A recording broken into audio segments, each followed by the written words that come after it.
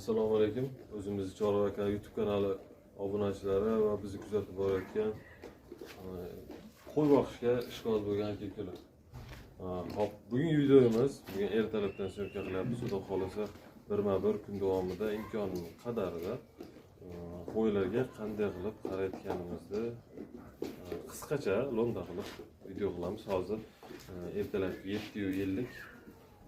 Men rejam bo'yicha doimiy qo'ylarimga 8da, kechqurun 8da, ayrim holatlarda qanaqadir ishlar bilan bo'lib yarim soat 40 minut kechib ketadi vaqti. Lekin hali qo'y boqishga ishqiboz bo'lib turib, meni vaqtim yetmaydi, meni vaqtim yo'q deydigan hali o'zi uchun oson yo'lni qidiradigan dangasa aka-ukalarimizga bitta gap. Ixlos bilan qiling, ixlos qiling, yaxshi niyat qilib qo'y boqishni boshlang. Qo'y hech qachon ziyon qilmaydi. Yemini qanaqa berishingizdan qat'iy nazar, yarim soat kech, yarim soat ko'p, yarim soat erta yemini berganingiz bilan albatta vaqti-vaqtida bo'lsa foydali ish koeffitsiyenti oshadi-da. Bizning foydamiz imkoni qadarida eng maksimal foydani olamiz. Lekin birinchi ish boshlayotganmiz, endi ish boshlayotgan, yangi qiziqayotgan aka-ukalarimiz o'sha maksimal foydaga chiqmasa ham nisbatan foydaga chiqsa, ular uchun kelgusi qiladigan ishlariga yaxshi turtki bo'ladi. Hozir videoni pauza qilib turamiz. Keyingi videodan ulab ketamiz.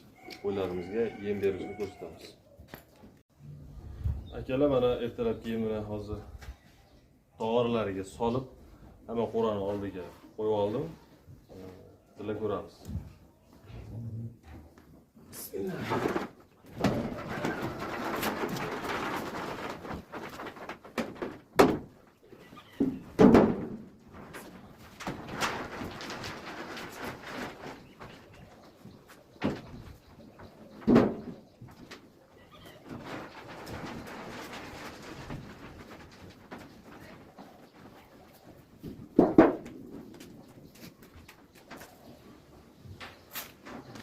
Endi yetgan oxirdagi yemlarni yaqinroqdan olib ko'rsataman sizlarga, e'tibor berasizlar.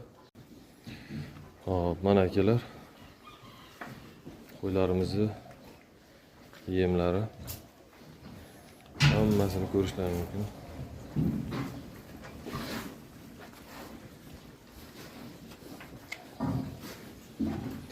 Qo'ylarda ishtarasi yaxshi, ko'z tegmasin. Shu orasida bitta ikkita menga o'xshagan o'zi tayyor bo'lib qo'ygan qo'shqorlar yem yeyishga yeymikin, yemaymikin deb ikkilanib turibdi. Mana donni ham ko'rishlaring mumkin. Mana donimiz pishib, yorilib ketgan.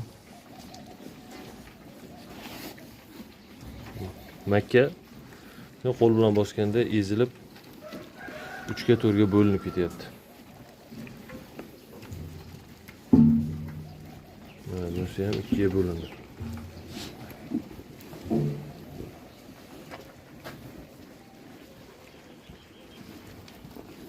Akalar, mana yetgan yemimizni ko'ryapsizlar. Pishirilgan holatda beriladi.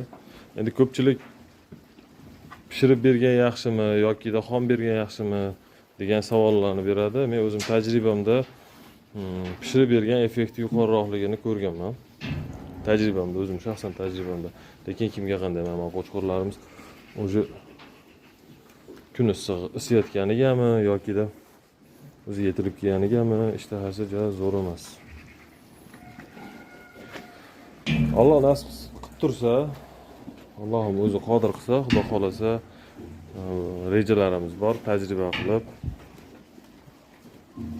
qaysi variant yaxshiligini xudo xolasa sizlarga to'liq hisob-kitob bilan keltirib chiqarib berish niyatlarim bor. Buning uchun kanalimizni qo'llab-quvvatlanglar. Sizlardan iltimos obuna, like, kommentariya ayamanglar. Yaqin kunlarda xudo xolasa o'sha rejalarda sekin birma-ketin asta-sekin ko'rsatamiz akalar. Akalar, mana qo'chqorlarimizga yemini berdik, yemini yeyapti. Juda chiroyli holatda ko'rsatamiz mumkin.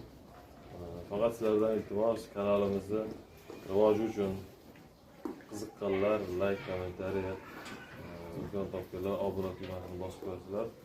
Xudo xolasa kelgusida qo'shqonlarni qanday yemlab boqish uchun kerakli, sizlarga foydali bo'lgan kontentlarni chiqarishlar bizga motivatsiya bo'ladi albatta. Kelgusi videoda agar kim xohlasa kommentariyaga yozib ketsin.